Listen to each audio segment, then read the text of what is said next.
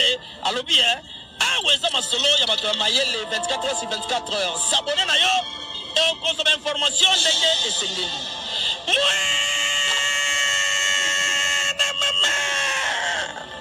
Ya biso na bino 24 heures ya information ya culture na biso kaka awa na micro libre et pas ya Jemima Ibele.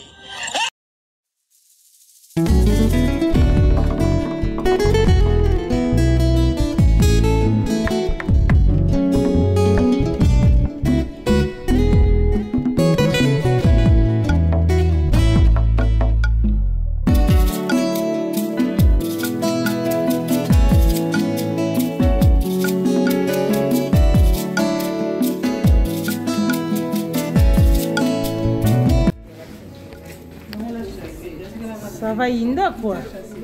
Toujours. Hein? Banangwa. Au sentit. Bana bela quoi. Nakata wa Belgique. Ça va inda. Toujours. Et Missoumi.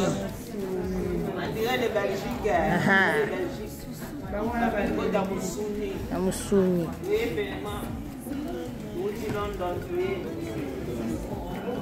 Welcome to Belgique. Bien arrivé. Bienvenue sur Belgique. Bienvenue to the Belgique. Bienvenue to Yalola.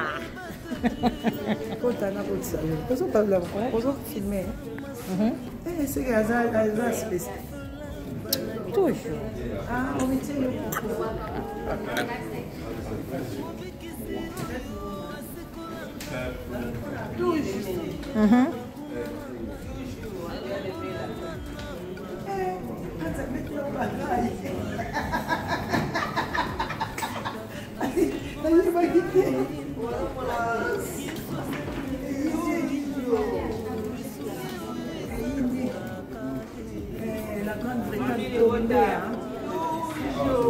toujours.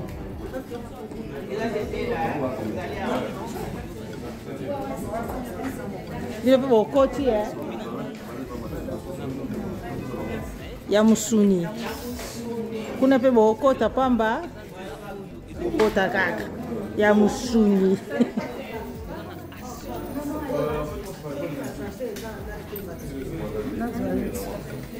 Nazo pe.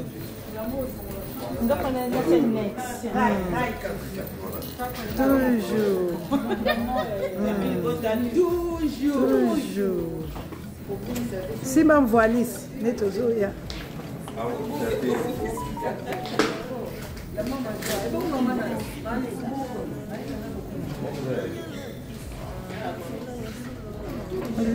Toujours.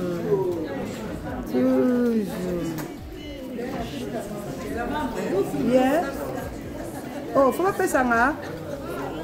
Ok. Moi, stop pas. Nazo carte. Bon, ba carte. Bon nga. Eh. Mam pesa carte. Okati yango. Ah, ok.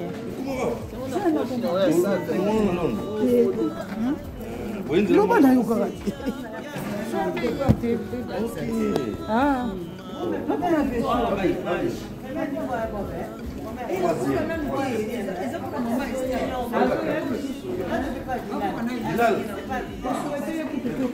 Toujours. Vai te souhaiter maman Esther. Quand tu as beaucoup de te souhaiter maman Esther.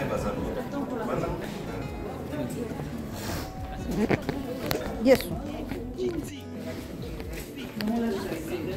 Ça va inda quoi. Toujours. Hein? Banangwa. Au sentit. Bana bela quoi.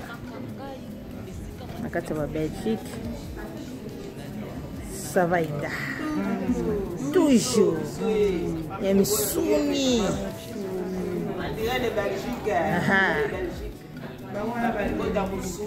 Musuni.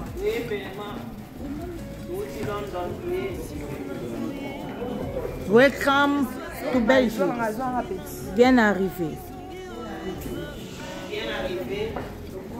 Bienvenue sur Belgique. Bienvenue tout de Belgique. Bienvenue to Yalola.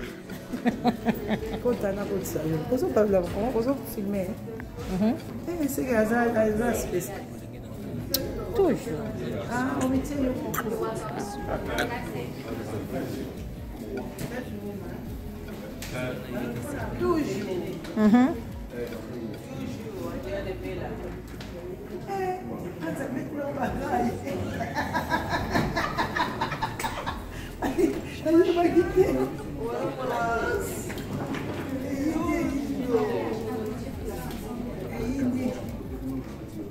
La Grande-Bretagne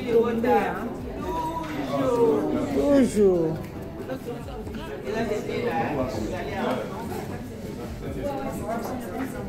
Il y a un côté, il y a Musuni. Kuna pe bokota pamba, bokota kaka. Il y a Musuni.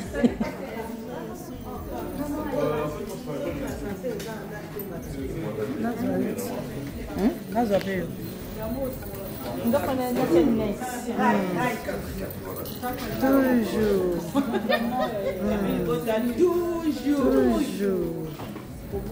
Si m'en voilis, n'est toujours là.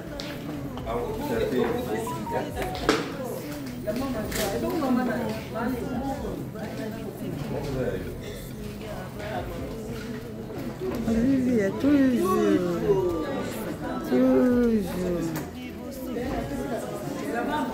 Yeah. Oh, faut pas payer ça, hein? Ok. Moi, stop pas, moi. Nazo a carte. Bon, on va carte. Bon, on va. Eh, même payer sa carte. Au quartier, ah, ok.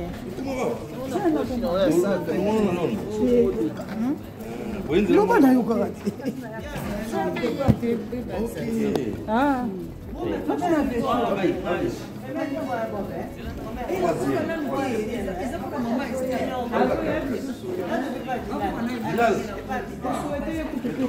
Toujours. Faut te souhaiter maman Esther. Quand tu as auto bandé, tu souhaitais maman Esther. Yes. Reste concentré sur toi, sur tes rêves, sur ton évolution et sur les gens qui comptent vraiment pour toi. Ne laisse personne se placer entre toi et toi, ou entre toi et ta paix. Le monde extérieur est très bruyant. Les gens ont toujours quelque chose à dire, surtout ceux qui ont abandonné. Donc laisse-les parler. Il y aura toujours des obstacles et des tentations pour t'écarter de ton chemin. Mais souviens-toi de ce qui compte vraiment. Rappelle-toi pourquoi tu fais ce que tu fais. Rappelle-toi pourquoi tu poursuis tes objectifs. Et surtout, rappelle-toi de qui tu es.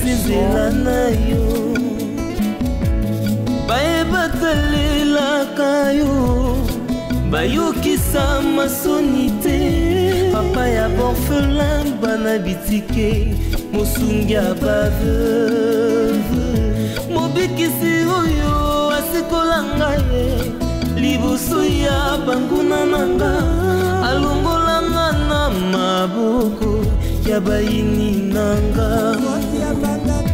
C'est avec assurance nakoyemba Yesu azali lisungi na ngai lisungi oyo ezangaka te na ntango ya pasi. Nazalaki mpate oyo abongaki nzela kasi otikaki lola oye okiti.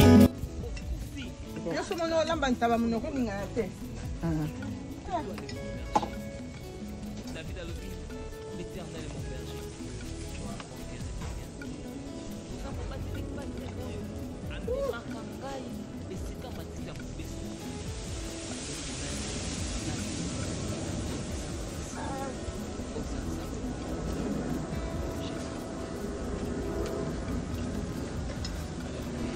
Le boko ya Kinshasa, lelo tokolia. Atterrissage forcé, maman. La maman des orphelins. Quand on va orphelin na yo, maman. La maman de la famille. Maman, toujours.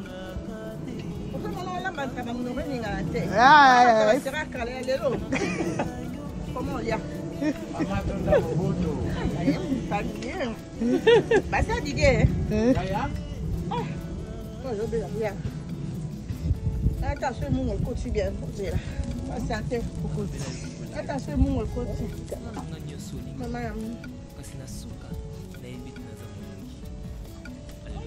Bon. La patronne, maman, elle va lever. Maman, attendez à Boboto. En direct de Bella. Kokita na bien pe ko sala ko lamba mbala moko. Aba bona pe mababi na ndu musala. Ah, oya ki musala, oye pra ba fele nayo. Ko cha loboko. Ko ba oya bandeni ko yaki na dîner à ba fele. Ça va chérie, c'est bien fait. Attends.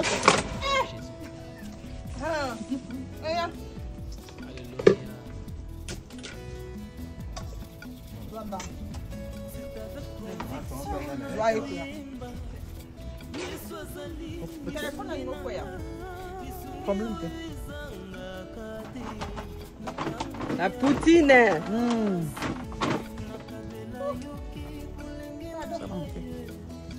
Ah, bah, tu sais,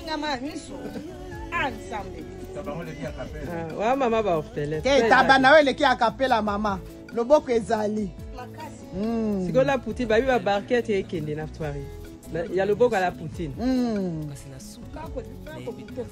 Bah, goûter. Le beau à la poutine.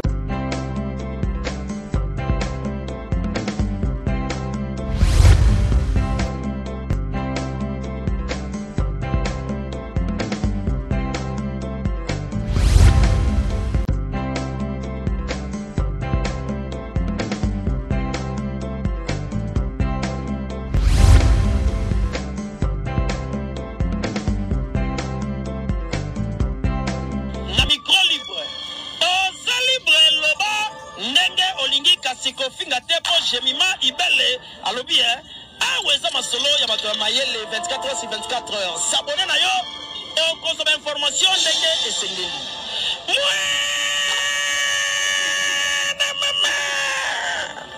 Ya biso na bino 24 heures ya information ya culture na biso kaka awa na micro libre et pas ya Jemima Ibele.